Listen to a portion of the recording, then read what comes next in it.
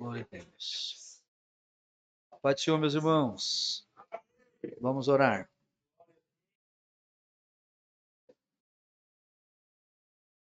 Querido Deus e eterno Pai, em nome de nosso amado Senhor e Salvador Jesus Cristo, teu Filho. Pai querido, nós te louvamos e te agradecemos por essa oportunidade que o Senhor tem nos dado de estarmos congregados juntos. Obrigado, Senhor, pela vida de cada um dos teus filhos que o Senhor tem permitido chegar a este ambiente de aula para juntos nesta noite. Nós inclinarmos o nosso coração para a tua palavra. Nos ajude, nós dependemos de ti. Então, que esta aula seja para o teu louvor, Senhor, seja para a tua glória, a fim de que o teu nome, tão somente o teu nome, seja glorificado. Assim te pedimos e te agradecemos em nome do Senhor Jesus. Amém, queridos? A nossa leitura está baseada no livro de Ruth. Ruth, capítulo de número 3. Leitura textual dos versículos de 1 a 8. Ruth, capítulo 3, versículos de 1 a 8.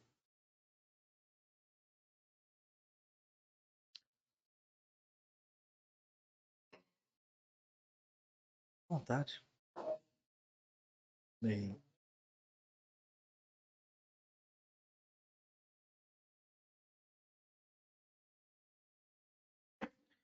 Todos acharam? Ruth, capítulo 3, versículo 1 ao versículo 18. Até o versículo 18. E disse-lhe Noemi, sua sogra: Minha filha, não hei de eu buscar descanso para que fiques bem? Ora, pois não é Boaz, com cujas moças estiveste de nossa parentela? Eis que esta noite padejará a cevada na eira. Lava-te, pois, e unge-te, e veste os teus vestidos, e desce à eira. Porém, não te des a conhecer ao homem até que venha ou tenha acabado de comer e beber. E há de ser que, quando ele se deitar, notarás o lugar em que se deitar. Então entra, e descobrir-se-á os pés, e te deitarás, e ele te fará saber o que deves fazer. E ela lhe disse: Tudo quanto me disseres, farei. Então foi para a eira e fez conforme tudo quanto sua sogra lhe tinha ordenado. Havendo, pois, Boaz comido e bebido, e estando já o seu coração alegre, veio deitar-se ao pé de uma mida. Então veio ela de mansinho e lhe descobriu os pés e se deitou. E sucedeu que, pela meia-noite, o homem estremeceu e se voltou, e eis que uma mulher jazia a seus pés. E disse ele: Quem és tu? Ela disse: Sou Ruth, tua serva.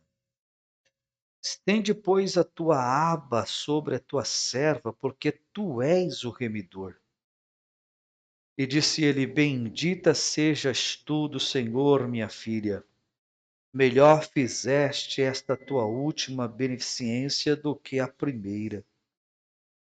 Pois após nenhuns mancebos foste, quer pobres, quer ricos. Agora, pois, minha filha, não temas. Tudo quanto disseste te farei, pois toda a cidade do meu povo sabe que és mulher virtuosa. Porém, agora é muito verdade que eu sou remidor, mas ainda há outro remidor, há mais chegado do que eu.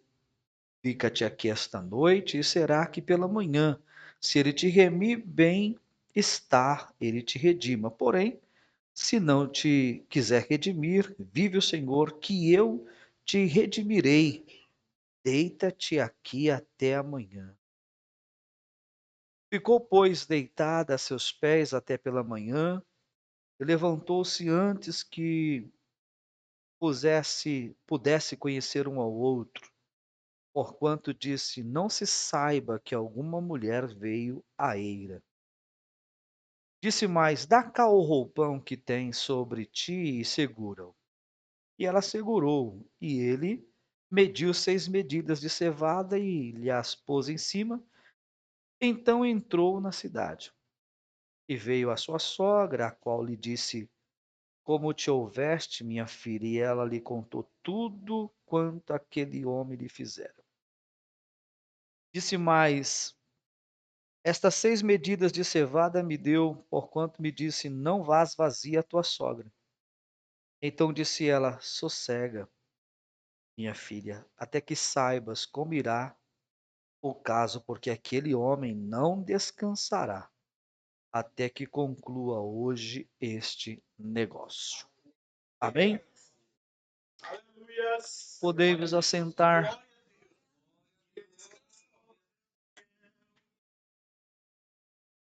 Quem tem glória, dá glória, né? E quem tiver um aleluia, dê um aleluia. Maravilha. Quem não tem, fica devendo. A hora vai ter que pagar. Ruth capítulo 3. Nós estamos vindo do capítulo 2. E no capítulo 2 de Ruth, nós aprendemos sobre a parte da teologia ministerial.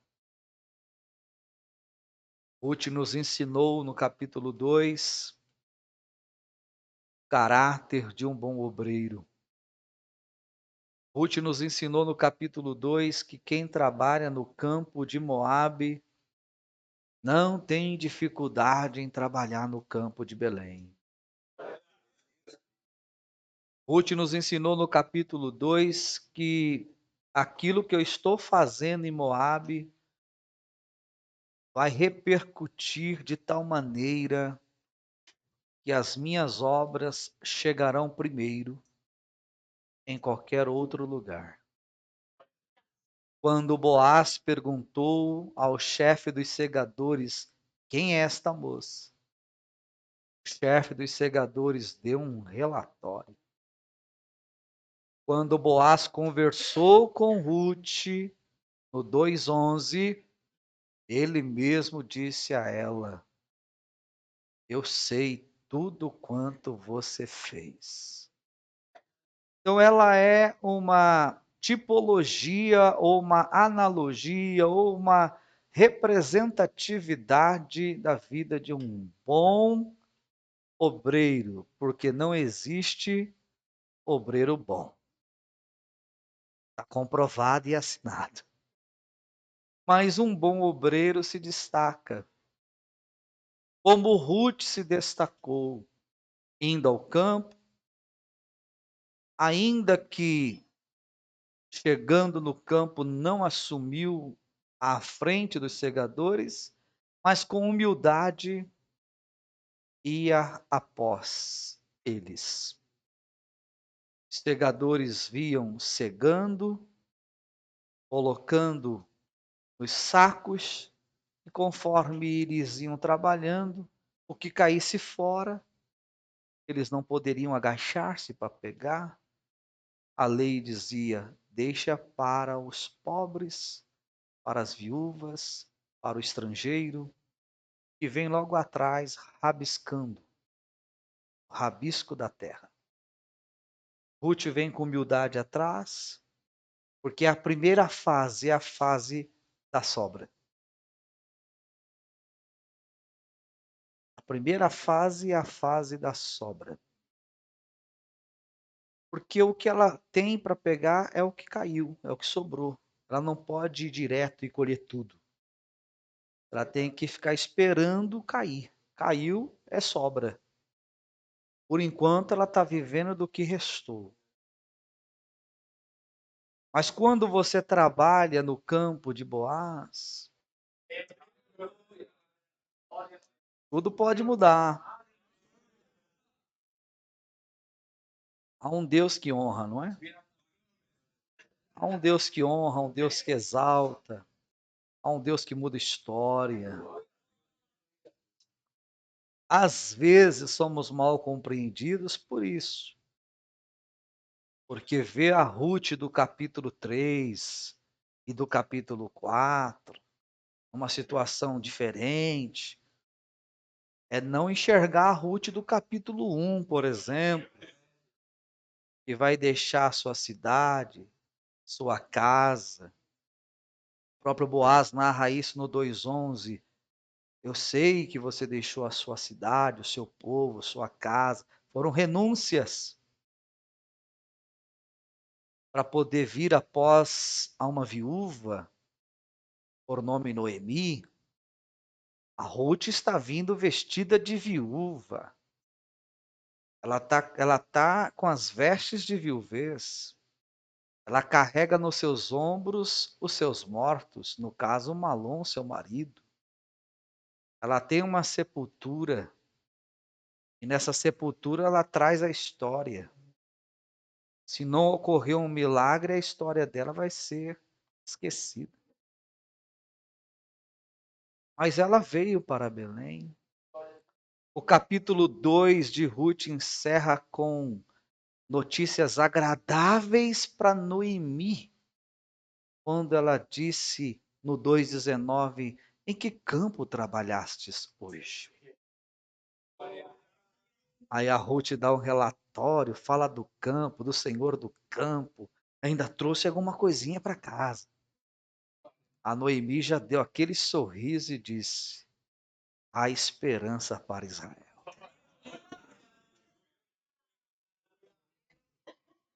Já o capítulo 3, versos 1 a 18, é o capítulo que vai encerrar muito bem para Boaz. E o capítulo 4 vai encerrar muito bem para Ruth. Então você pode ter um capítulo 1 que não encerra bem para ninguém. Mas o 2 já encerrou melhor. Para Noemi. O 3 para Boaz. E o 4 para Ruth. Qual é o nosso maior problema? É que quando a gente está no capítulo 1 e que não termina nada bem, a gente não quer dar sequência.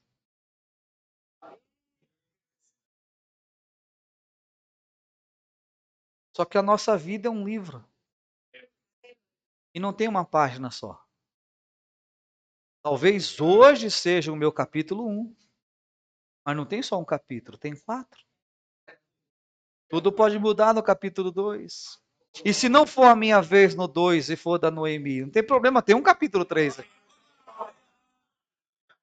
E se não for a minha vez no 3, chegou o capítulo 4, hein? Ah, nem que for no último capítulo. Vamos tentar de novo isso, nem que for no último capítulo. Tem um milagre te esperando, tem uma bênção te esperando, tem uma vitória te esperando, nem que for no último capítulo.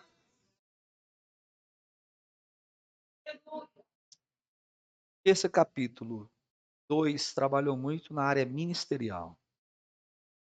Já o capítulo 3, ele vai trabalhar muito dentro da tipologia bíblica, em primeiro lugar, e na tipologia bíblica nós vamos encontrar 3 personagens importantes, representados aí por Noemi, Ruth e Boaz. Então nós vamos ter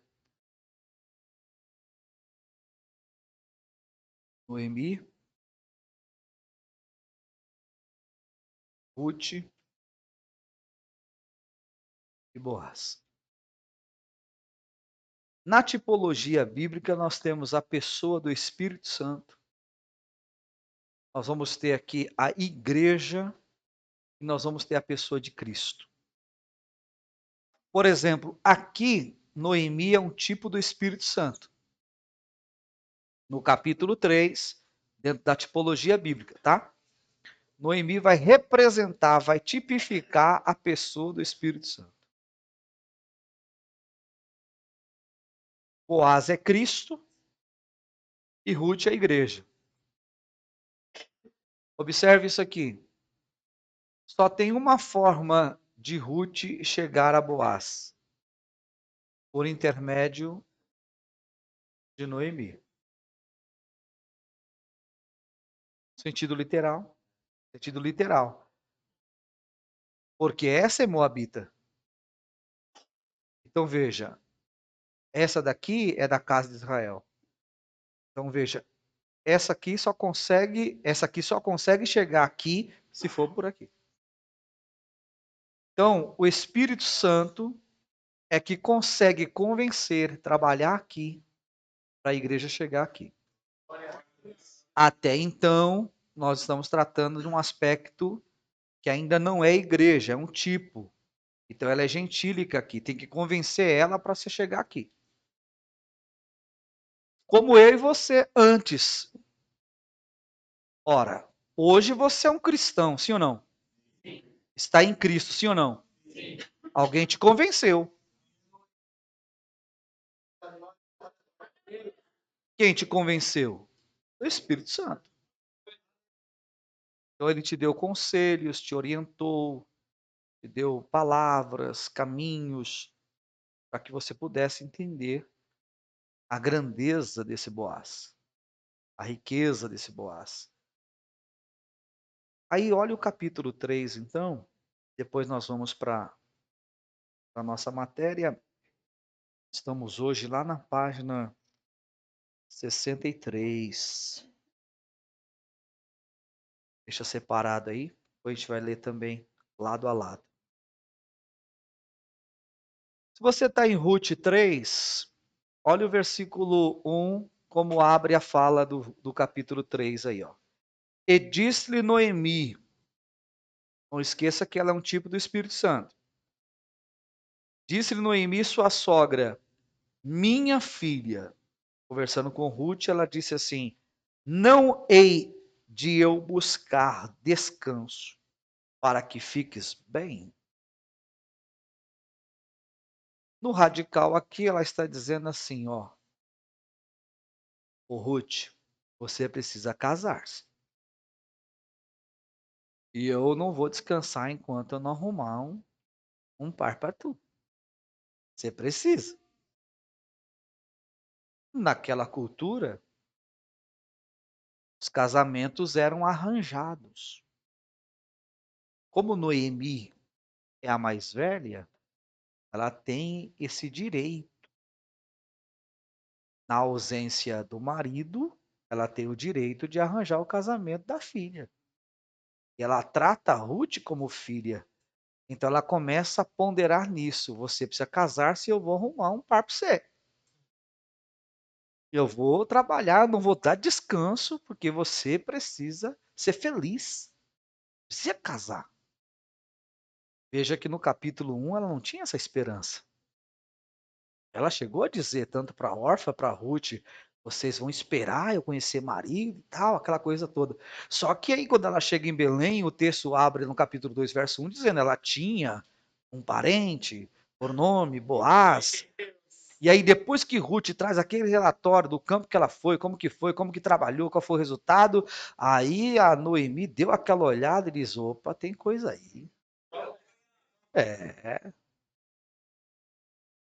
E aí, quando ela volta com todas aquelas beneficências, não, ele me tratou assim, ele me colocou na mesa, ele falou para mim que eu poderia. Tá no capítulo 2, lá, verso 15 a seguir, ó, me chamou para a mesa, a gente comeu junto, grãos tostados. Ele disse: se eu precisasse beber água, pode pedir, que eles me davam água. Foi um negócio tremendo. Foi algo tremendo e tal. Aí Noemi olhou assim. Ah. Boaz é sobrinho de Elimeleque, está na casa dos 80 anos de idade. Uma jovem vindo de Moabe, a pupila dos olhos brilhou na hora. Você sorriu porque você não estava no lugar dele. Você não quer falar, mas na verdade ele está sorrindo à toa. 80 anos. Quando ele, quando Noemi olha para Ruth, né, vestida de viúva ainda, carregando a viuvez na sua história, Você precisa romper com isso aí. Então, lá no capítulo 2 é um relacionamento ministerial, só que no capítulo 3 o relacionamento é entre Cristo e a igreja. E quem vai ajudar nesse relacionamento entre a igreja e o Senhor Jesus é o Espírito Santo. Então, uma pergunta crucial para a gente começar é perguntar como é que está o nosso relacionamento.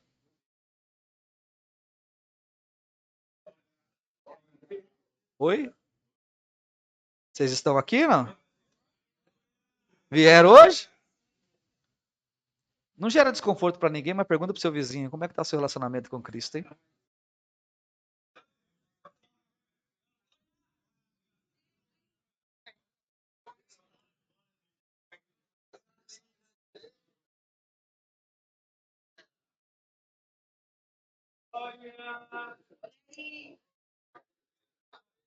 É. O nosso relacionamento com Cristo, ele é progressivo. Eu posso até ter começado lá atrás, indo após os segadores, pegando rabisco. Mas tenho tudo para ser convidado para avançar um pouco mais. E eu posso, nesse avanço, chegar a relacionamentos mais profundos. Deus faz a parte dele e nós fazemos a nossa. Então, assim, o grande problema do nosso relacionamento ser raso, em boa parte, a culpa é nossa mesmo. Nós colocamos os limites, alguns nem buscam mais, e assim fica difícil mesmo ter um bom relacionamento com Cristo. Mas esse capítulo 3 vai trabalhar sobre isso aqui. Relacionamento com Cristo. É tanto que ela fala com Ruth, você precisa casar. Ó. E no verso 2, ela já apresenta o pretendente. Noemi não é boba. Olha o verso 2. Ora, pois, não é Boaz? Ó, ó. Ora, pois, não é Boaz? Ó. Então, na tipologia, o Espírito Santo falando com a igreja, ora, pois, não é ele?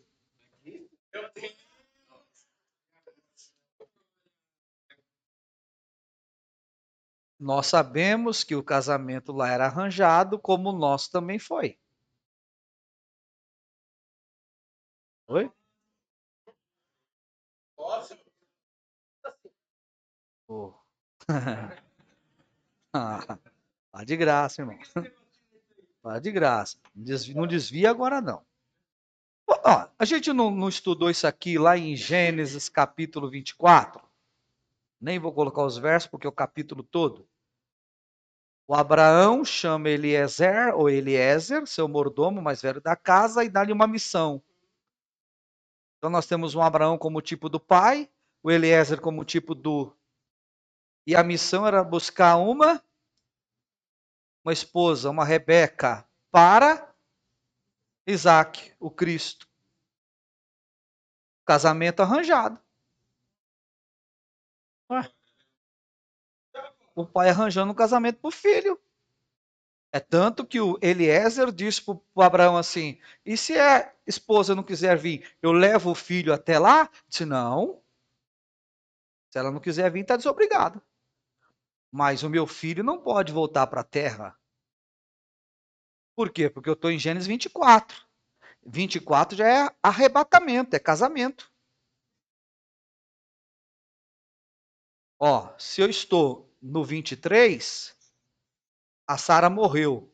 Então a lei já foi cumprida. Se eu estou no 22, é Calvário. Então Cristo já cumpriu na cruz.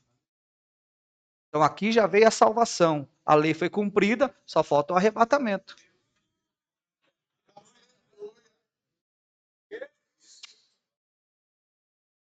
Que é o que a gente está vivenciando.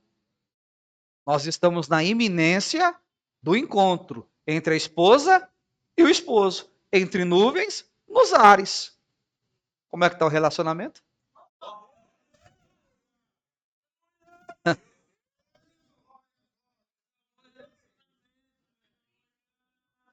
Que é boa, é. Quero saber como é que ele tá.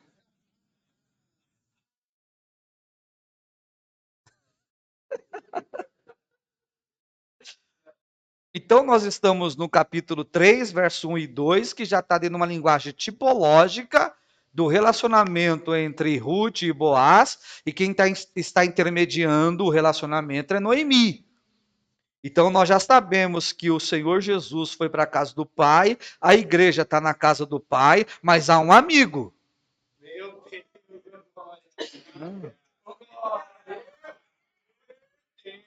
Não está em João, capítulo 3?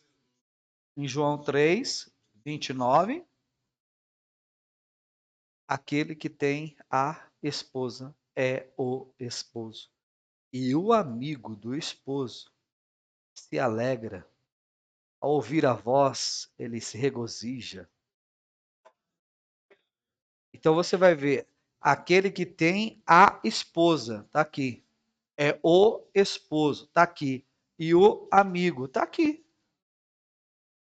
Então, entre o esposo e a esposa está o amigo, que no livro de Ruth é Noemi. E Ruth é a igreja e Boaz é Cristo. Um casamento está sendo arranjado.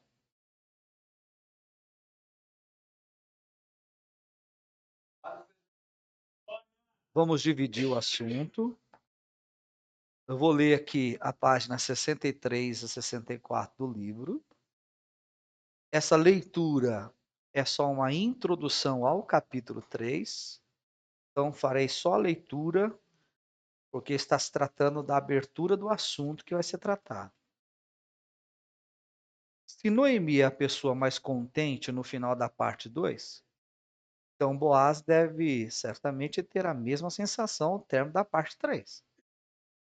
Aqui as mulheres resolvem levar Boaz a reconhecer que Ruth se casará com ele. Está no verso 1 a 8. Boaz se alegra com a possibilidade. Está do 9 a 13. E ambos concordam em planejar a união. Olha aí, do 14 a 18. Uma complicação surge com a existência de um parente próximo. E Boaz, com a existência de um parente próximo que Boaz, mas esse problema será imediatamente resolvido. Ou seja, alguém mais próximo do que Boaz.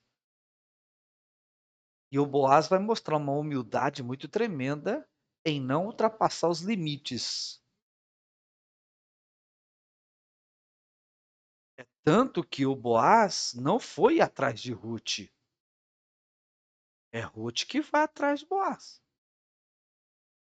Porque naquela cultura o homem não podia ir a uma mulher.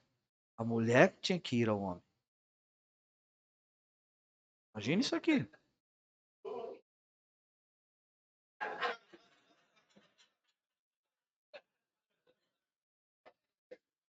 É. Eu não estou vendo muita mudança não, Varão. Mudou nada. Você acha que mudou?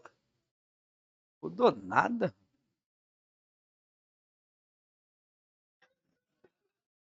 Se mudou, por que tem tantas mulheres dentro da igreja e menos homens? Porque os homens não vão atrás. Não mudou nada não, filho. Estou falando de igreja. Se eu for falar do mundo, o mundo é pervertido. O mundo não tem moral.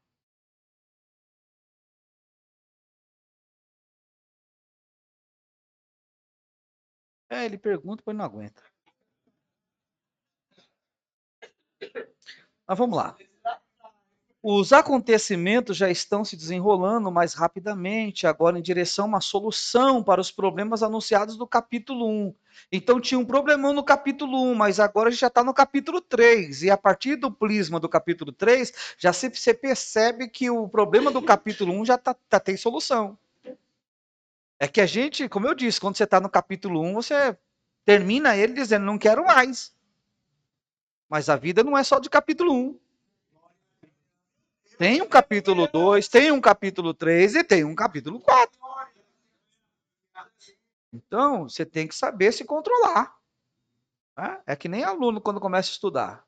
Ele assiste uma aula e quer pregar amanhã.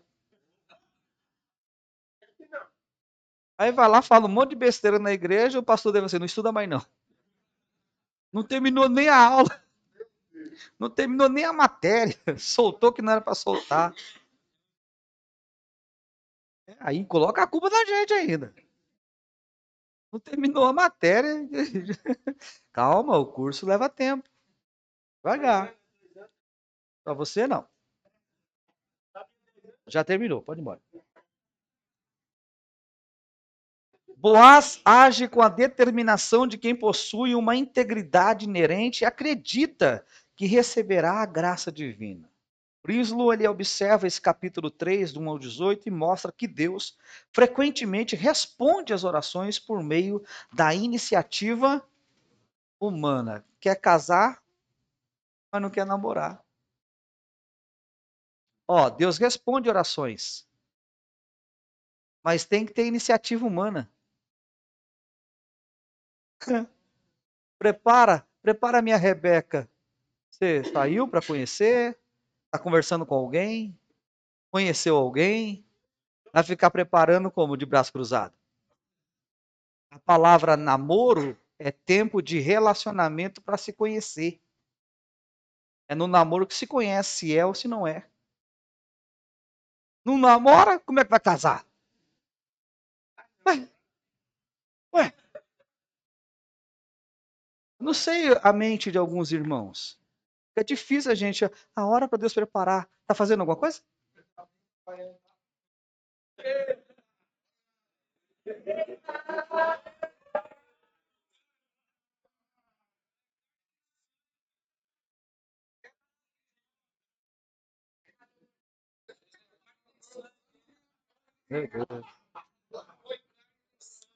Essa aí é para casar. Essa parte é para casar. Estamos falando de conhecer alguém. Vai casar, é claro que vai precisar, né? A pessoa vai namorar, mas não conversa com ninguém, não fala com ninguém, tem dificuldade de relacionamento. Como é que vai conhecer outra pessoa? Vai ficar difícil, não é? Vai ficar orando a vida toda. Ora até Deus levar. Tem culpa? Sem namorar ainda. Isso é uma área. E tantas outras áreas que Deus fez a parte dele e nós não fizemos a nossa. E aí a culpa ainda é de Deus. Então observe. Deus trabalha e nós também. Costumo até dizer que Deus reage quando nós agimos. Age que Deus reage. Bracinho cruzado em casa sem fazer nada, que o milagre acontece. De graça, irmão. Página 64, continuando ainda essa introdução. O pedido de Ruth para que Boaz estendesse sua capa sobre ela está no 3:9. Satisfaz o desejo de Boaz de que ela seja protegida sobre as asas de Deus, conforme ele tinha falado para ela no 2:12. As esperanças de Noemi contidas em sua bênção em favor de Ruth, lembra-se disto? Olha que interessante isso aqui. No capítulo 1, verso 8 e 9, Ruth fez uma oração. Ruth não, Noemi fez uma oração por Ruth e por Orfa. Lembra que nós falamos, 10 anos depois, uma oração é feita lá em Moab. 10 anos depois. Aí ela ora abençoando tanto Orfa como Ruth, desejando que o Senhor as abençoasse pela maneira que ela tratou Noemi, Malom, Quilion e Elimeleque. Foste bem comigo com os falecidos. Capítulo 1, verso 8 e 9. Agora ela consegue enxergar a resposta dessa oração. Essa frase aqui, ó. As esperanças de Noemi contidas em sua bênção a favor de Ruth, capítulo 1, verso 8 e 9, são parcialmente satisfeitas por seus planos do capítulo 3, verso 1 a 4. Ela começa a enxergar que a vitória está chegando para a vida de Ruth. É perceptível isso aqui, no sentido literal, para o encontro entre Boaz e Ruth na eira. O juramento de Boaz em nome de Yahvé, no capítulo 3, verso 13, também mostra que o seu amor por Deus se equipara ao de Ruth, conforme a própria confissão da mulher no capítulo 1, verso 16 e 17, quando ela disse: teu povo é meu povo, teu Deus é meu Deus. Veja que o coração de um e do outro estão se unindo. Oh, o amor está no ar, gente. Algo vai acontecer. Você não fica quieto. Não atrapalhe o amor de Boaz com Ruth. Fica quieto. Então, isso vai acontecer. As coisas estão se encaixando, há uma construção para que os desejos, os desígnios de Deus aconteça aqui. Finalmente, a possibilidade de se casar com Ruth justifica a teologia pessoal de Boaz, declarada no capítulo 2, verso 11 e 12. Sendo um homem humilde, ele não esperava o afeto de Ruth. Ó, ele, o Boaz, sendo um homem humilde, ele não esperava o afeto de Ruth. Ele sabe quem é ele, a sua condição física, a sua idade, ele sabe. Ele não vai tomar a iniciativa, porque é da cultura. Agora, Noemi teve 3 homens em casa, o marido e 2 filhos. E Noemi sabe como o homem fica quando vê uma mulher. Por isso que ela chamou Ruth para conversar e disse: prepara o enxoval. Vai ter casamento.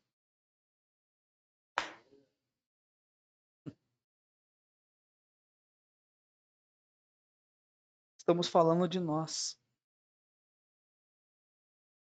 Estamos falando da nossa vida. Estamos falando de um Deus que nos amou, que preparou o nosso casamento. E esse casamento já começou. Estamos na segunda fase dele. Na primeira, ele pagou o dote. A segunda é a fase da preparação. Daqui a pouquinho nós vamos para a terceira e última fase, que é o encontro com ele e irmos para as bodas do Cordeiro. É interessante que ele se ocupou com todo o enxoval do nosso casamento.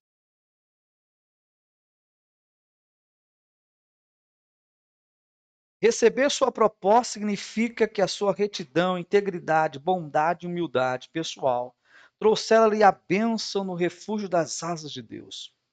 Ruth se torna uma graça extraordinária para esse homem que confiou em Deus. É importante destacar o fato de que Boaz decide prover a ambas, Ruth e Noemi. É interessante porque são 2 leis diferentes. Tem uma que é a lei de Levir, onde sai a expressão levirato. E a outra é a lei de Goel. No hebraico, é o remidor. Ou você é Levir, ou você é Goel. Ou você vem para cumprir a lei do levirato, que é coabitar com a viúva, para que o nome do falecido não seja riscado da história. Então isso resgata a história.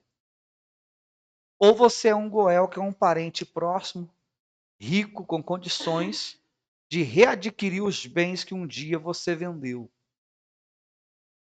Agora o Boaz, ele é completo. Pense. Pensa. Agora tem que pensar. O Boaz é completo.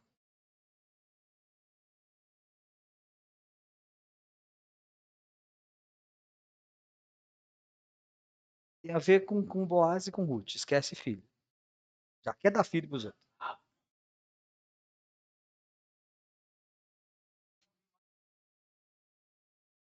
Não. Cristo fez as 2 coisas na cruz, Joel. Cristo foi o nosso Levir. Cristo foi o nosso Goel. Cristo resgatou aqui, ó, a nossa história. Cristo resgatou a nossa herança. Então hoje você tem história e herança porque ele foi seu leviro e seu goel na cruz do Calvário. Aquele redimiu, aquele resgatou, aquele pagou o preço, aquele mudou a história, aquele tirou da sepultura, aquele ressuscitou.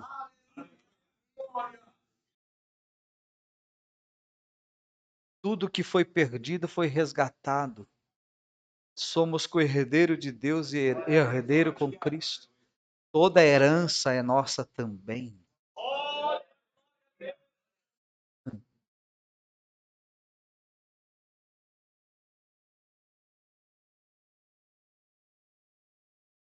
Ruth começou atrás, rabisco.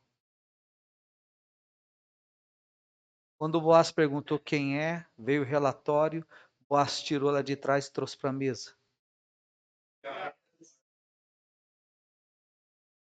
Agora vai sair da mesa para o quarto. Entenderam nada. Porque ela estava no campo. Então ela estava no pátio.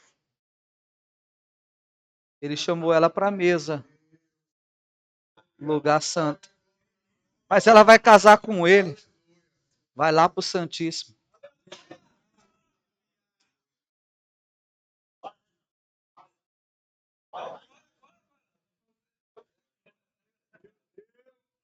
Sabe o que é o nome disso? Relacionamento. E ele é progressivo. Se você morre no pátio, tem lugar na mesa. E se comportar na mesa, tem lugar no Santíssimo.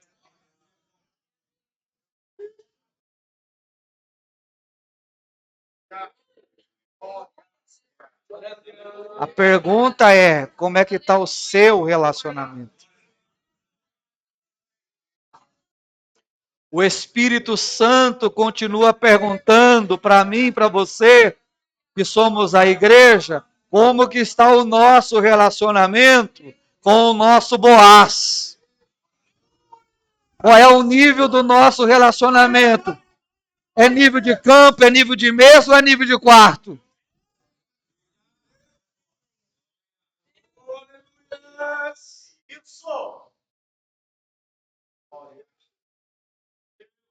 Todo homem, quando casa-se com uma mulher, vai para uma lua de mel.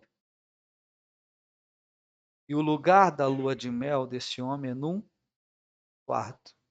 E a mobília que esse homem e essa mulher usa no quarto é uma cama. No casamento de Cristo com a igreja, também haverá uma lua de mel. E o lugar para onde Cristo levará a sua esposa é um quarto, porque é quadrada a cidade santa. Só que lá não tem cama, lá terá mesa. Essa mesa será arrancada daqui e levada para lá. Haverá as bodas do Cordeiro. Oh, meu Deus. O convite é vinde à mesa. Vinde à mesa. Vinde à mesa. Quem não tem relacionamento não vai chegar lá, não. Tem muita gente boa no campo e muita gente boa na mesa, mas péssima no quarto. Não é Mateus 6, verso 9? E tu, quando orares, 6,6, entra no teu?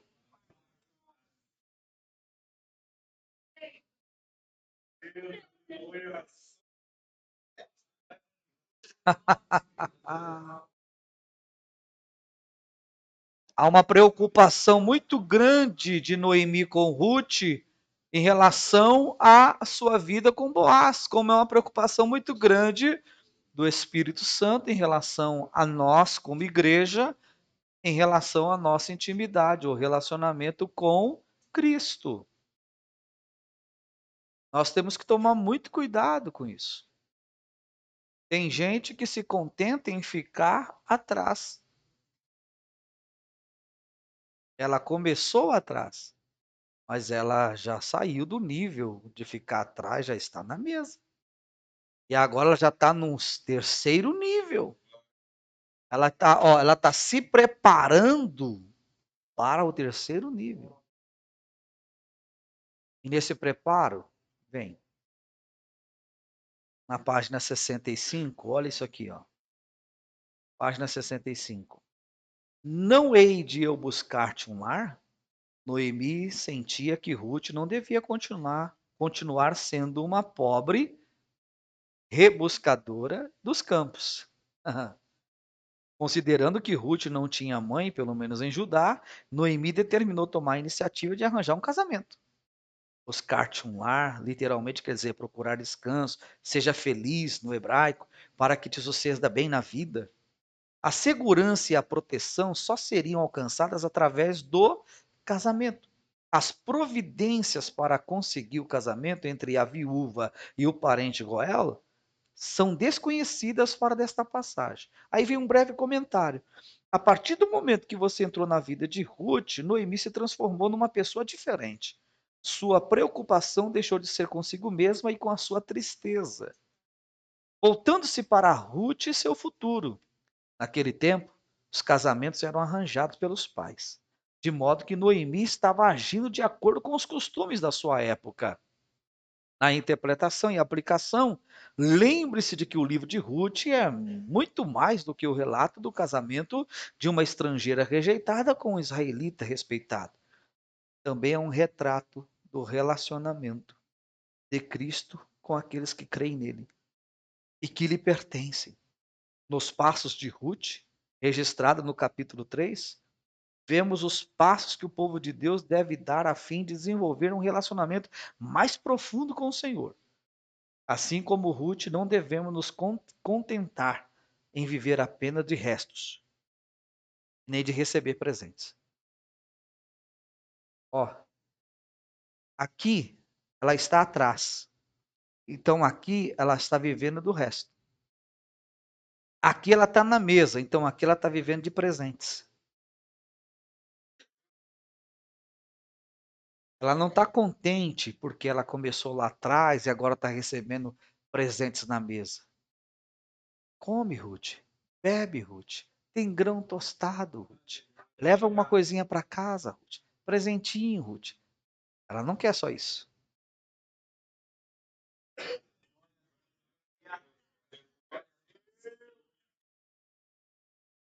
Ela quer um relacionamento que faça com que ela chegue aqui. Glória a Deus, aleluia.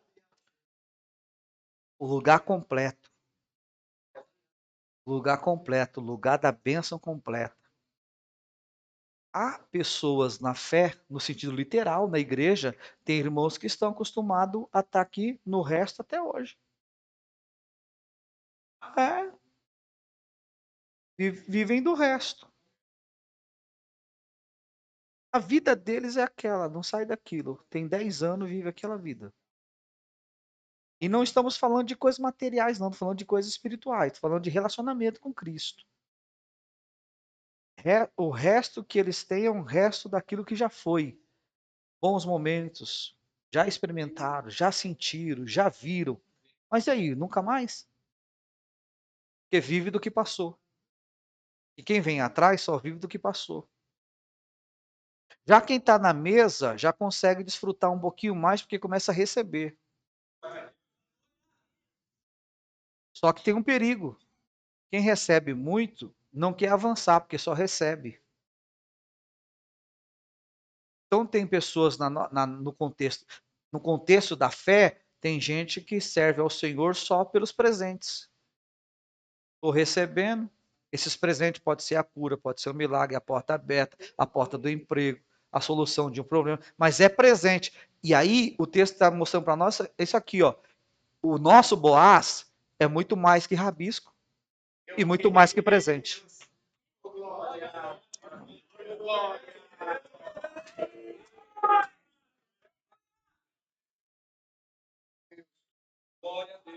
Por que o Boaz não chegou resolvendo tudo de uma vez? Porque seria muito cômodo para nós.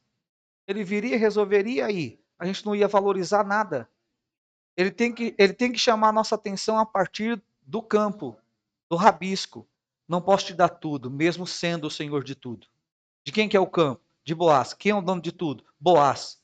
Quem manda na eira? Boaz. Quem manda na mesa? Boaz. Quem manda no campo? Boaz. Mas ele não te deu tudo. Vai começar com o rabisco. Se valorizar o rabisco, eu te chamo para a mesa. E se saber se comportar na mesa, tem um quarto.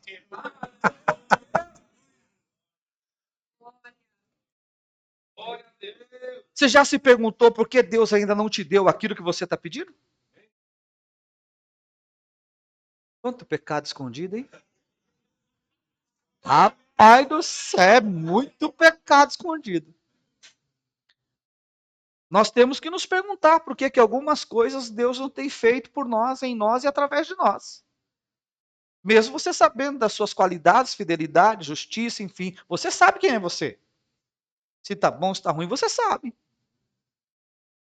Então a gente tem que se perguntar por que não, Senhor? O que não aconteceu? A gente tem que saber disso. Grau de relacionamento. Valorizo, não valorizo? Amo, não amo? É interesse ou relacionamento?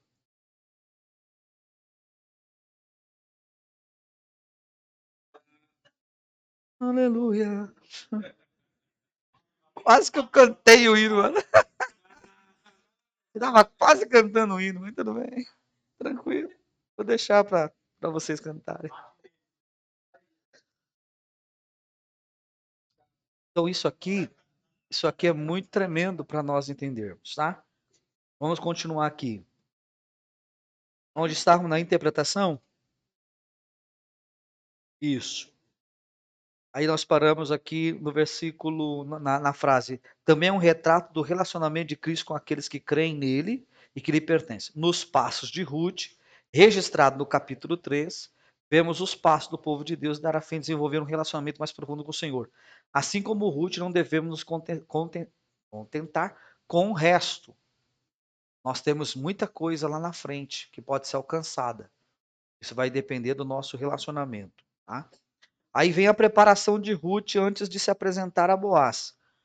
Vocês vão perceber que ela vai, no primeiro ponto, ela vai se lavar. No segundo ponto, na página 67, ela vai se ungir. Ainda vai trocar suas roupas. E depois ela vai se preparar, que é a página 68. Vamos ler pelo texto o versículo de número 3 e 4 agora. Capítulo 3, versículo 3. É Noemi conversando com Ruth. Aí, na tipologia, nós não podemos esquecer que é o Espírito Santo falando com a igreja, convencendo-nos de ter um relacionamento com Cristo. Então, a recomendação no verso 3 é: lava-te. Quer se aproximar de Boaz? Lava-te. Vocês sabem que a nossa vida cristã é uma vida pautada em respeitar ordenanças, sim ou não? Não estamos falando de doutrina de igreja A, B ou C, estamos falando de ordenanças bíblicas. Uma das ordenanças a serem obedecidas é o batismo em águas. Lava-te. Isso deve ser uma preocupação para quem ainda não cumpriu. É importantíssimo, porque isso faz parte de uma ordenação. Se eu quebro esses preceitos, eu não me aproximo, porque eu estou impedindo o relacionamento. É importante. Isso é a minha confissão pública de que eu morri para o mundo, mas ressuscitei para Cristo. Se tem um batismo nas águas, no lava-te, o segundo é unge-te. Então, esse pode ser qualificado como batismo no Espírito Santo. E aí já não é uma regra o que vem primeiro, porque nós sabemos que há batismo com o Espírito Santo antes de descer as águas. Isso está na Bíblia e é muito claro. Mas uma coisa leva a outra. Isso aqui é preparação. É só uma preparação. Então, se eu quero ter um encontro com o Boaz ou relacionamento com o Boaz, lava-te, unge-te, veste os seus vestidos e desce a eira. São 4 coisas. Então, nesse primeiro ponto, que é o lava-te, vai na página 66. Preparação de Ruth antes de apresentar-se a Boaz. Uma vez que Noemi sabia que Boaz estaria usando a eira naquela noite e que ficaria lá para guardar os cereais, instruiu Ruth a se preparar para encontrar-se com ele. Em primeiro lugar, ela se lavou. No Oriente, o calor e a poeira tornava necessário que as pessoas se lavassem com frequência, mas nem sempre havia água em abundância. Para os israelitas, a lei de Moisés exigia que as pessoas realizassem lavagens cerimoniais, que se banhassem, que trocassem de roupa antes de ocasiões especiais. Na verdade, Noemi estava dizendo a Ruth que deveria fazer como uma noiva, se preparando para o casamento.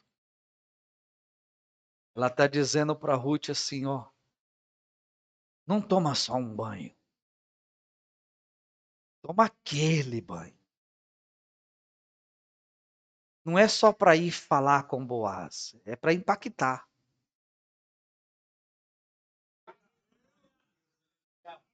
Ele já está balançado. Ele te deu presente na mesa. Você voltou com os presentes para casa. Isso não é uma coisa normal. A Noemi é experiente. Ela não é uma menina. Ela é uma mãe. Uma mulher que foi casada, teve filhos e sabe o que é homem. Ela sabe que o Boaz está balançado. E ela sabe que o Ruth também está balançada porque ela não foi após os jovens que tinha lá. Fidelidade é algo tremendo. Tem possibilidade de infringir, mas não infringe. Tem possibilidade de pecar, mas não peca. Às vezes está tudo a favor para pecar, mas não vai pecar, porque tem fidelidade. Oh, meu Deus. São um grau de relacionamento que só vai crescendo, só vai desenvolvendo. E ela usa essa expressão com ela. Toma aquele banho, lava-te. O banho nupcial, mikveh, que era o banho que remove todas as impurezas, que prepara-se para o ambiente. É algo muito tremendo isso aqui. Você tem uma ideia? Israel pecou tanto contra Deus, mas pecou tanto que Deus teve que usar os cativeiros. Lembram disso, né? Cativeiro assírio para a casa de Israel, no ano 722 a.C. Reino Norte, capital Samaria, foi levado vassalo. Escada do mapa como nação. Aí daqui a pouco vem o Reino Sul, capital Jerusalém, 606, 597, 583. Foram para a Babilônia, 70 anos de cativeiro, sob a regência de Nabucodonosor. Essas duas varas de disciplina para poder sarar um povo da idolatria, da apostasia. Deus teve que moer, teve que tratar com vara de ferro. Mas quando você olha para a casa de Judá, você olha o pecado da casa de Judá, por que tratar Judá assim? Porque o pecado da casa de Judá foi o orgulho espiritual. O orgulho espiritual. Judá tinha tanto orgulho de Jerusalém, da cidade, e tanto orgulho do templo, que chegava a bater no peito. Chegava a dizer: enquanto a gente tiver um templo, Deus está conosco. E como foi Deus que ordenou a construção do templo, ele não vai destruir isso aqui. Então ele nunca vai destruir a gente. Foi a vida de Jeremias pregando para esse povo a vida toda, de noite, de madrugada, durante o dia. Não foi fácil para aquele profeta que um dia foi amarrado lá fora com cadeias dos tornozelos. Ele não podia entrar no templo para pregar. Um dia Deus falou para esse Jeremias: prega. Mas ó, não tem. Pega daí mesmo. Anda aí para ver até onde vai. Ó, dá para chegar na porta. Então, tá bom, grita daqui mesmo, não precisa nem entrar. O negócio lá dentro tá tão feio que é melhor que você nem entrar. Grita daqui mesmo. Jeremias começou a pregar. Vocês dizem que esse templo não vai ser destruído? Batem no peito e dizem: templo do Senhor é este? Pois não vai ficar aqui nada. Deus vai destruir esta casa. E foi batendo, batendo, batendo. O orgulho era tão grande que Deus teve que tratar desse jeito. Permitiu um cativeiro, destruição dos muros, destruição do templo, portas queimadas, 70 anos de cativeiro. Por causa do orgulho espiritual. Aí, no dia que Deus foi usar o profeta Ezequiel para falar com esse povo no cativeiro, Deus chamou Ezequiel e falou assim: vai lá e conversa com eles um pouco. E fala para eles assim: ó, eu conheço o teu nascimento. Sei quando você foi gerada. Você nasceu em Canaã, é filho de Eteu com Edumeu. E isso para Israel ouvir era o mesmo que Deus falar assim, ó, eu sei de onde vocês saíram. E hoje, só porque está desse jeito, estão achando que é melhor que todas as nações? Eu sei o vento que gerou vocês. Vocês são uma mistura de 3 povos. Canaã, Canaã, os heteus e os edomeus. E está achando que é muita coisa? Batendo no peito, achando que é muita coisa? Quem deu essa glória para vocês fui eu. Quem deu esse crescimento para vocês fui eu. Fui eu que escolhi vocês entre todas as nações. Olha Gênesis capítulo 10, você vai ter ali o poliglotismo. Aliás, você vai ter ali o poliglotismo. Depois você vai ter no capítulo 11 as línguas faladas. No capítulo 5, no capítulo 10, as nações. No capítulo 11, todas as línguas faladas. No capítulo 12, Abraão, o pai das nações. Aí o Abraão gera o Isaac, gera o Jacó, do Jacó 12 filhos, nasceu Israel. Olha de onde que vem. Veja só, vem de Jacó, que veio de Isaac, que veio de Abraão, que veio lá de Canaã, da mistura dos povos. Aí vai sair um povo que Deus vai escolher para ser seu representante. O Senhor olha para ele e diz assim: eu vi quando vocês nasceram, quando foi gerado. Quando vocês nasceram, não deram nenhum banho em vocês? O sangue do nascimento estava grudado no corpo de vocês? Não cortaram nem o cordão umbilical? Não passaram sal para saturar, para conservar e nem envolveram vocês em ataduras. Mas mesmo assim, não é que eu fiquei apaixonado por vocês? Eu vos amei. Está no texto, Ezequiel capítulo 16, versículo 1 a seguir. Depois você lê para você ver. Eu vos amei. E vos escolhi. Aliás, eu gostei tanto de vocês que resolvi casar com vocês. Porque no Antigo Testamento, Deus, na tipologia bíblica, é o esposo, Israel é a sua esposa.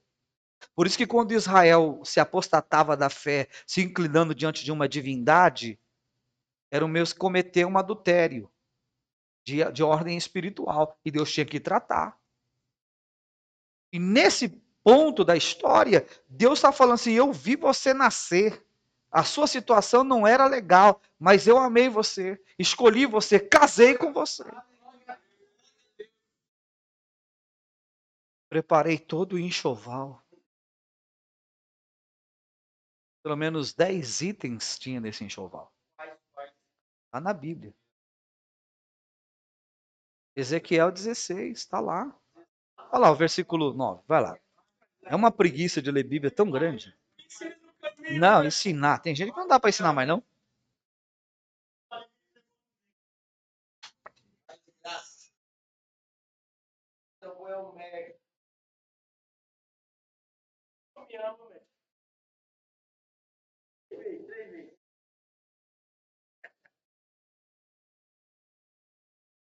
Olha Ezequiel capítulo 16.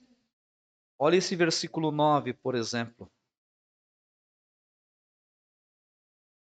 Então te lavei com água. Isso para Israel. A igreja também. Somos lavados pela água da palavra, todos os cultos. E te enxuguei do teu sangue e te ungi com óleo. Olha o Espírito Santo atuando na vida da igreja. E te vesti de bordadura, é as vestes de louvor, de adoração. Por isso podemos cantar e adorar. E te calcei com pele de texugo. Texugo representa a encarnação de Cristo, que é a proteção dos meus pés e dos teus pés.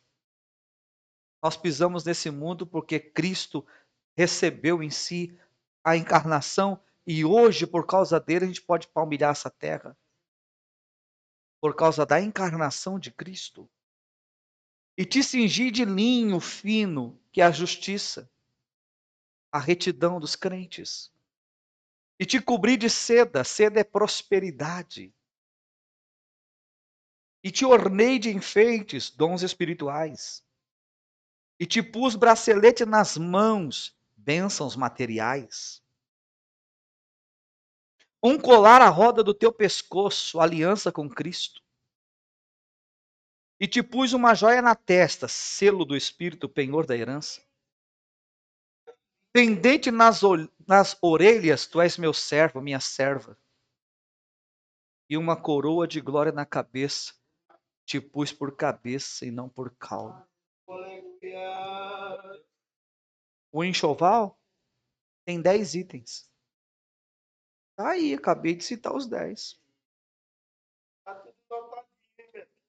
Com certeza. E se a gente mexer, vai aparecer muitas outras coisas. Porque ele fala no 13, e assim foste ornada de ouro, a glória do Pai. E a prata é a glória do Filho. Vestido de linho fino, redenção e salvação. E de seda, prosperidade da eternidade. A bordadura, louvor no céu. No triste de flor de farinha. A flor de farinha fala da pureza de Cristo. E de mel, que é a palavra de sabedoria. E de óleo, que é a riqueza do Espírito.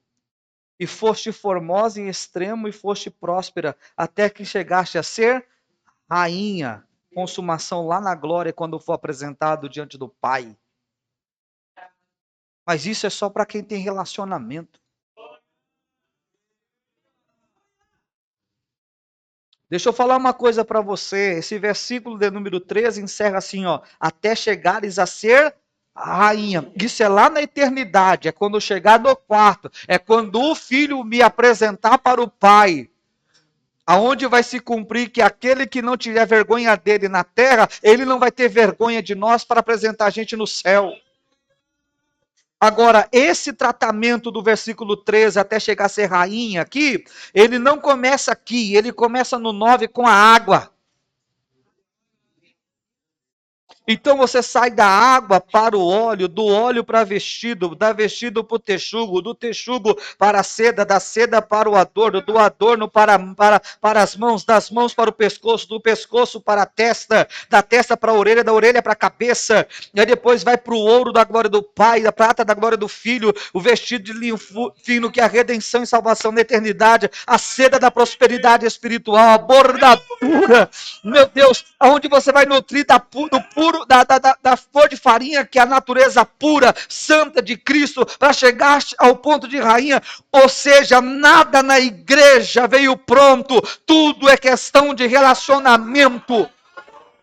Você só vai ficar para trás se você quiser. Você só vai ficar rabiscando no campo se você quiser. Você vai ficar pegando aquilo que caiu se você quiser. Porque, na verdade, o chamado é um chamado de relacionamento. Sai de trás, vem para a mesa. E na mesa, vamos embora!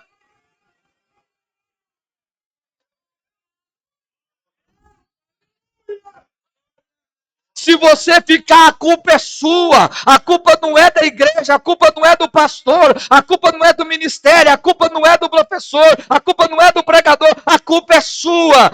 Ele está te ensinando. Eu quero relacionamento. Sai do raso, sai do raso. vai ter relacionamento com Deus.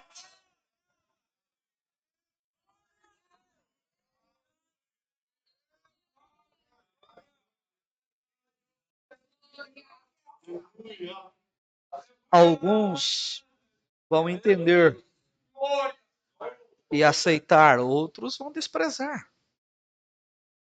Olha a página 67. Teologia ministerial. Se desejamos aprofundar nosso relacionamento com o Senhor, é preciso que nos purifiquemos de toda a impureza, tanto da carne como do espírito, aperfeiçoando a nossa santidade no temor do Senhor. Sempre que pecarmos, devemos orar pedindo: lava-me. Porém, algumas vezes Deus nos diz: lavai-vos, purificai-vos. Quando buscarmos o perdão, Deus nos purifica inteiramente. No entanto, Deus não faz aquilo que é da nossa responsabilidade.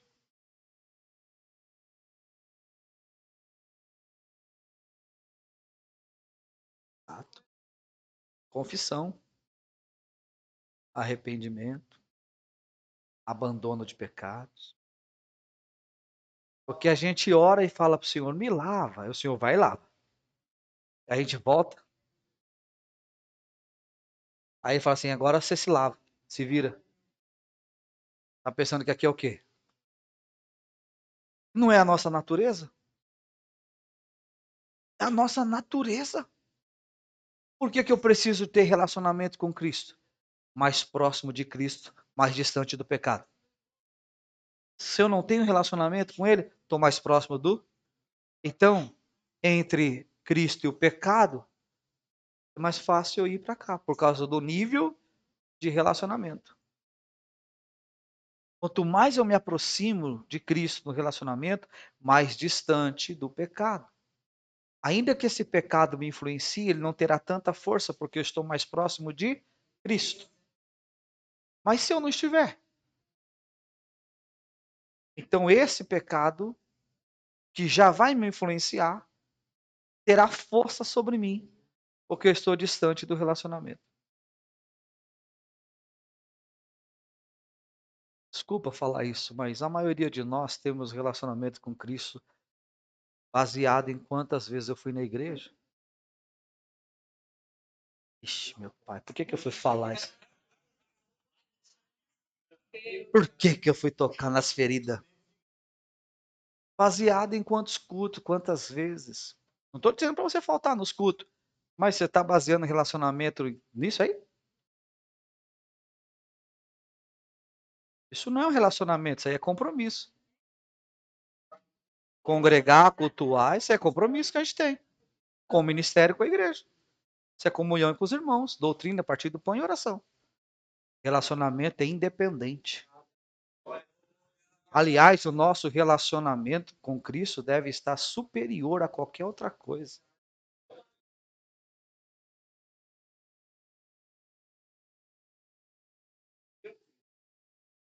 Vamos parar? Ou... Sei não. Não, também não é assim não, Fogado. Não é assim também não. Sai fora. Vai chorar já já. Tá pensando que é assim, bagunçado, né? Não.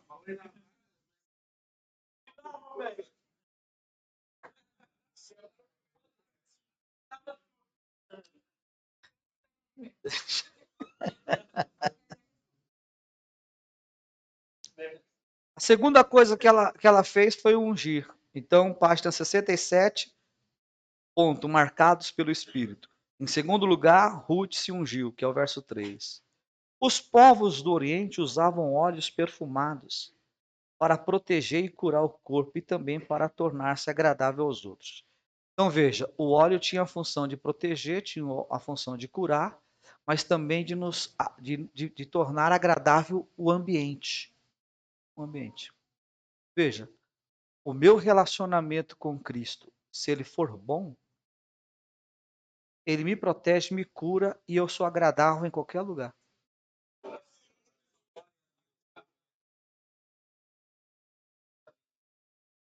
Ainda vai mais um pouquinho. Vai. Porque vai exalar o perfume de Cristo.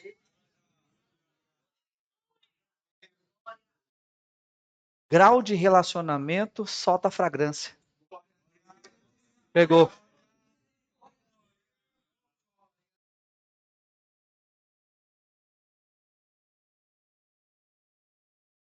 Sim, correto, correto. Verdade, verdade. Algo tão tremendo. Perfeito, perfeito, perfeito. João capítulo 12, verso de 1 até o verso 6.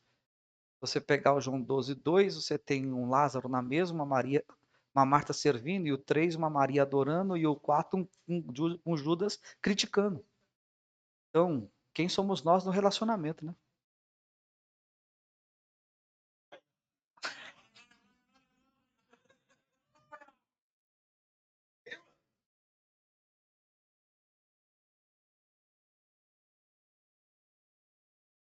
Tomou o ambiente. Quer dizer, ela não falou para ninguém que estava cheirando, né?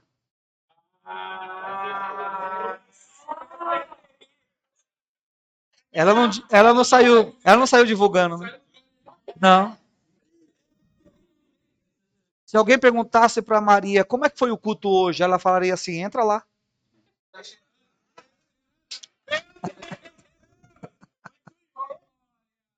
entra lá para você ver. A pessoa já ia entrar. Ô, Lázaro, como é que foi o culto hoje? Não, eu estava na mesa. Ô Marta, como é que foi seu culto hoje? Eu estava servindo, não deu tempo nem para dar glória. Ô Judas, estava criticando. Maria, como é que foi seu culto? Entra lá, entra na casa. A gente dá o que tem. O que eu entreguei por fora é porque eu sou por dentro. Porque o vaso que ela leva representa o corpo.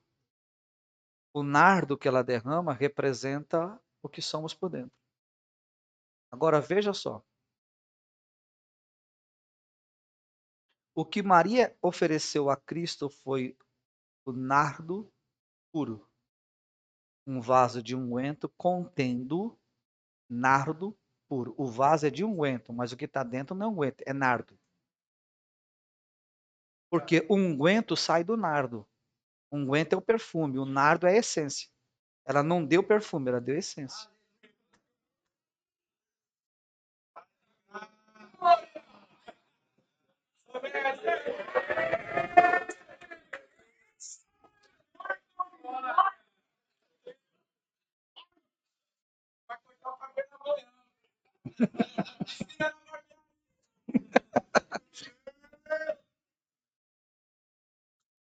Isso tudo é processo de novo nascimento. Quando Deus gerou o homem, colocou o nardo. Veja, você está no capítulo 2, Gênesis 2, verso 7. E formou, Senhor Deus, o homem do pó da terra e soprou nas narinas do homem. O que é o homem? O vaso de alabastro. E soprou nas narinas. O que é o que ele soprou? A essência. Tirou a essência dele e colocou lá dentro, o nardo puro.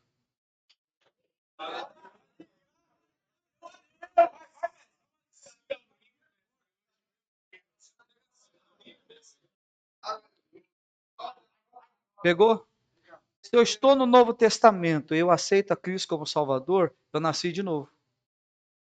Se eu nasci de novo, ele teve que soprar. E quando ele soprou, é porque o Espírito Santo veio morar. Então eu já tenho o nardo puro aqui dentro. Agora, eu fabrico se eu quiser, mas ele está aqui dentro.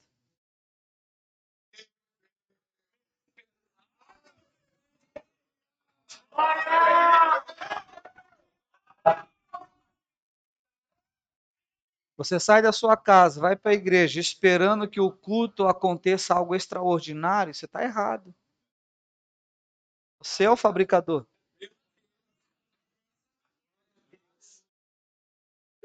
Você sai da sua casa, vai para a igreja, na expectativa de que os grupos que vão cantar, ou o cantor convidado, ou o pregador, o negócio vai ser daquele jeito que vai te atingir. Você não entendeu nada que é culto. Você não entendeu o que é relacionamento. Você não sabe nem o que é ser igreja. Você tem que aceitar Jesus de novo. O carregador de essência esperando dos outros.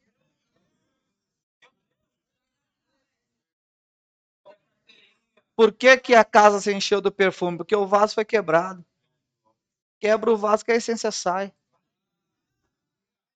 Você chega na igreja por cima, deve chegar por baixo. Cheio de muita coisa, quando deveria estar vazio. É isso. Pede, não aguenta.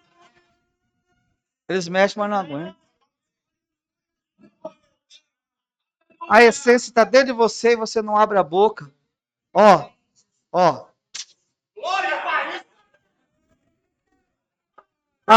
Arranca a tampa. Solta. Permita. Cultue. Adore.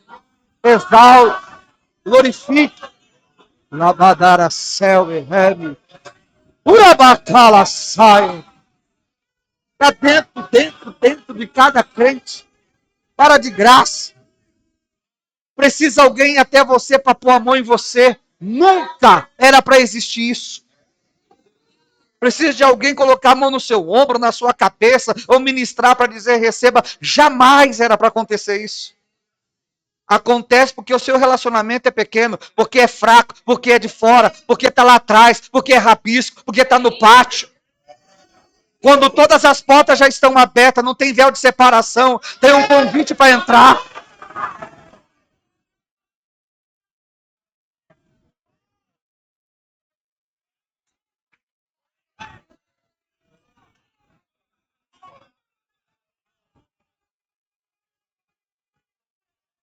Urabacala semi darassuramai.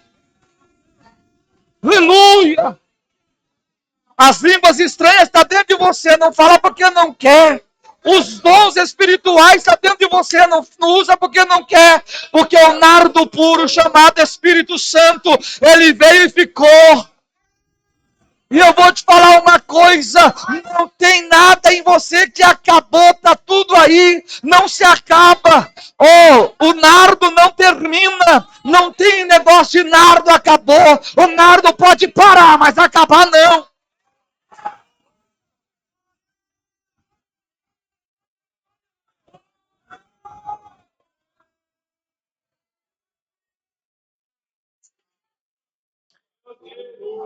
Eliseu olha para a viúva e diz: declara-me o que tens em casa. Tua serva não tem nada. Senão uma botija de azeite. Vai, pegue vasos emprestados. Não poucos. Entra no quarto.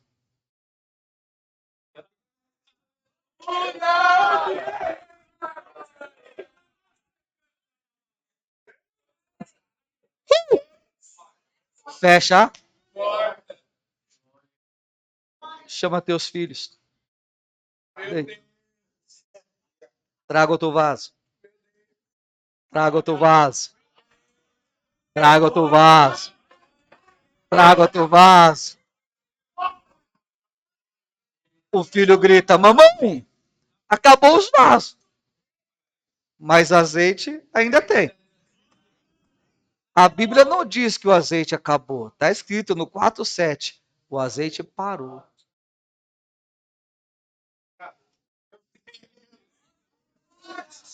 Tem azeite parado aí dentro. Mas se eu usar muito, não acaba, não. Não é vidro e perfume, não, filho. Não, não é o Boticário, não. Não é Natura, não. Não, não é os importadozinhos, não. É coisa do céu, não para nunca.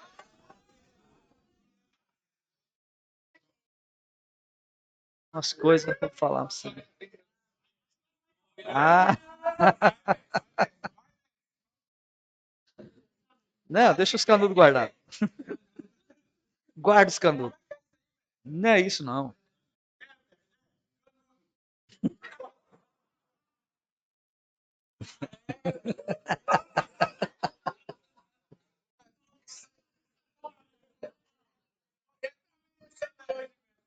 Tá nada.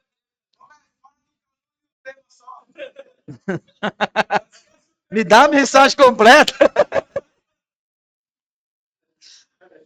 Nós somos responsáveis por qualquer ambiente de culto.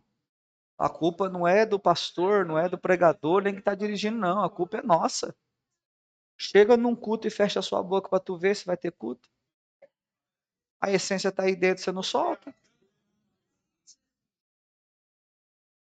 Agora, chega em qualquer culto e do seu jeitinho, começa a dar glória assim lá. Você não precisa falar para todo mundo, não. Fica ali. Fica ali. Isso, é, desse jeito assim. Tranquilo. É. Ô, glória. Esse negócio pega, irmão. E vai pegando, e vai, sabe? Parece uma onda. E ninguém pediu. Não foi, levanta a mão aí, toca nele aí. Não, não foi nada. Essência e consciência. Meu Deus do céu. A gente complica o ambiente de culto. Nós deixamos uma coisa pesada. Tem culto que o diabo não tem nem trabalho. Nós trabalhamos pro diabo. Certo, tô falando. Fecha o coração, fecha a boca. Critica, aponta, fala mal, não quer ver nada, fica lá aquela cara. Oh, meu Deus do céu. Nem demônio entra, tão feia que é a cara. Demônio, vou entrar aí hoje. Não, tá muito feio, vou entrar não. A culpa é nossa. Agora, quando nós temos relacionamento, hein? Ô, irmão, quando a gente tem relacionamento com Cristo, eu vou falar pra você. Você já chega marchando, mano. A irmã do lado tá entendendo nada, velho. Tô nem aí pra ela. Ela não vigiar, vai tomar um. Sua alma alegre e feliz. Vocês sabem que o trono de Deus se move por meio do incenso. É a única coisa que faz o trono de Deus se mover. É um incenso que é colocado no altar de ouro. Então, o trono está acima de uma plataforma, a plataforma está nos ombros dos querubins, e nos pés dos querubins são rodas dentro de outras rodas. Então, é um verdadeiro carro que se move. Mas esse trono só se move por causa de um combustível que é colocado no altar de ouro, que está diante do trono. Capítulo 4, capítulo 8 de Apocalipse. E esse incenso é oração e adoração. Eles sobem para lá e são depositados lá. Todos os dias os anjos de Deus descem na minha vida e na sua vida. Todos os dias. Ah, que hora? A hora que você ora. É.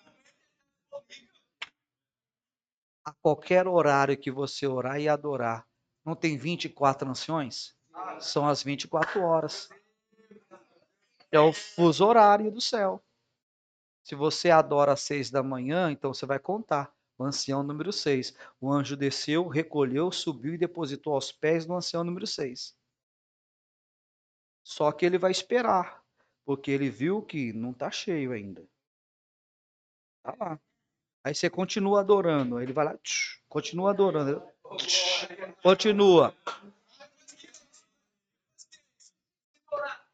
Quando transborda, aí pode ver, os anciões se levantam, tiram as suas coroas, depositam aos pés do cordeiro, pega a salva de ouro e vai para o altar de incenso. Derrama no altar do incenso, o altar de ouro, e o Senhor Deus não escuta com os ouvidos, escuta com as narinas.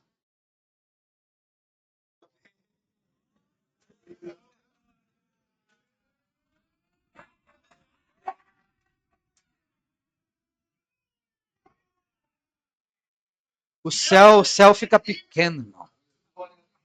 E na linguagem bíblica, todos os dias um cântico novo sobe para o céu. A igreja nunca fabrica o mesmo cântico. Pergunta por quê? Porque a igreja não passa só um dia único, todos os dias é uma história diferente para a igreja. Então, todos os dias é uma dor diferente, é uma lágrima diferente, é uma luta diferente, é uma aflição diferente, é uma alegria diferente. Então, ela fabrica no meio do dia que ela passa. Por isso que o pão é nosso de cada dia.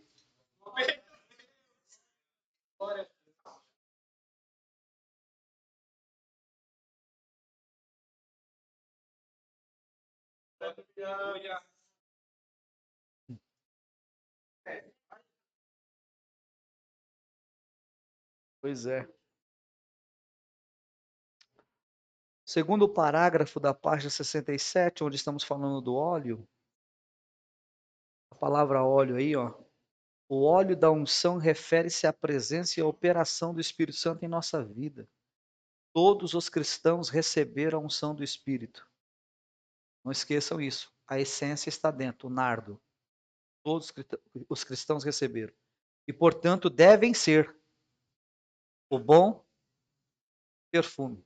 Não é isso que está aí? Se você tem a essência, o mínimo que você pode exalar é o perfume. Não, não deu. Por que, que nós somos o bom perfume de Cristo? Porque o nardo puro está dentro, que é o Espírito Santo.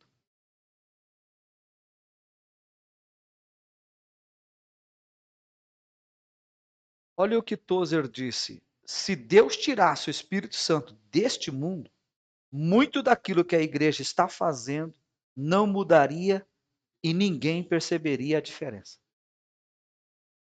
Ou seja, igreja e mundo seria a mesma coisa.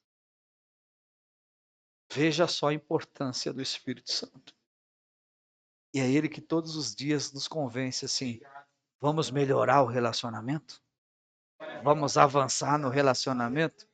Vamos dar mais um passo nesse relacionamento? Ah, Espírito Santo, mas tem um pecadinho aqui. Eu te convenço para parar com ele. Vamos lá, se arrepende. Vamos, lava-te. Purifica-te. Esse daqui eu te lavo, mas isso aí você purifica, tá? Vamos embora. Vamos, vem, não fica aí não. Nós somos convidados a isso. A nossa vida espiritual só permanece a mesma porque nós queremos. Porque todos os dias Ele nos convida a ter um patamar, uma diferença de vida com Ele. E o nosso Boaz não vê a hora da gente crescer mais um pouco. Avançar mais um pouco. Eu não posso ir mais além. Acho que o horário aqui não nos permite. Tem muita coisa boa. Não posso falar tudo, varão. Não posso falar tudo, eu ganho por mês, né? Tem que ser.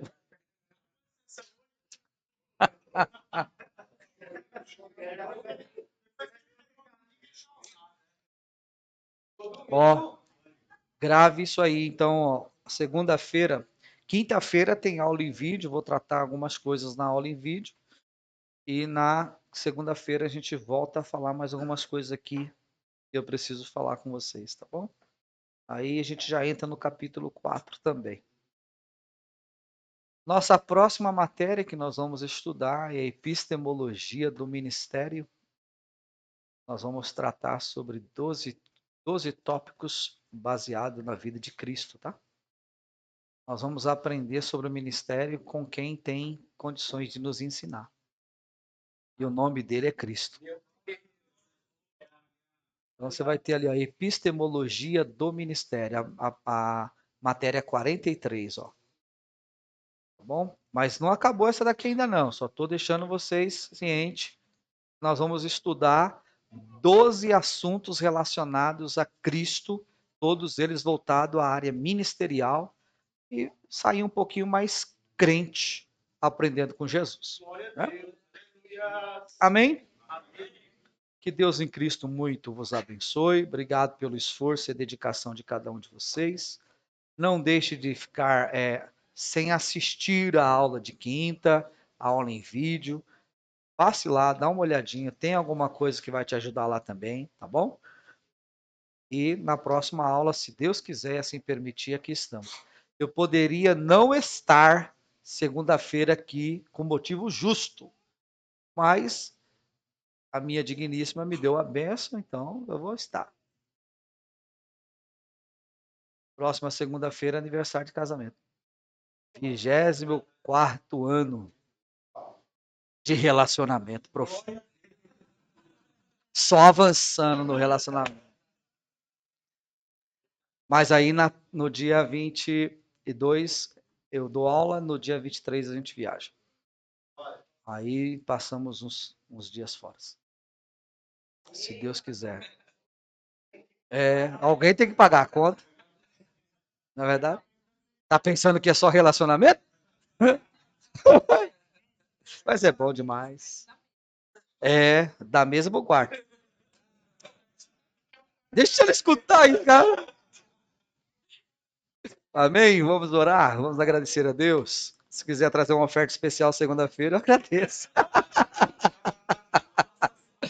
Dá lugar, né? Meu pai, já é uma oferta, já é. Já ajudou, né não? Amanhã, 10 horas, 10h30. Você sabe que é 2, né? 10h30? Fechou? Olha lá. Olha. Tá todo mundo na mesa recebendo presente. Cadê? 10h30, 10h30, tá bom? 10h30 é melhor. 10h30 para mim é melhor. Chego lá, se Deus quiser. Pai querido, em nome de Jesus, nós te louvamos, te agradecemos por esse tempo tão precioso. Obrigado pela vida dos teus servos, que o Senhor permitiu aqui chegar e permanecer. Recompensa o esforço e a dedicação de cada um deles. Despede-os em paz debaixo das tuas bênçãos, das tuas mãos protetoras. Dê um bom retorno a cada um. Abençoa o lar, a família. Dê uma semana de vitória a cada um dos teus filhos, a igreja e o ministério. Assim nós te pedimos, te agradecemos, em nome de Jesus. Amém? Está terminado. Quem tem a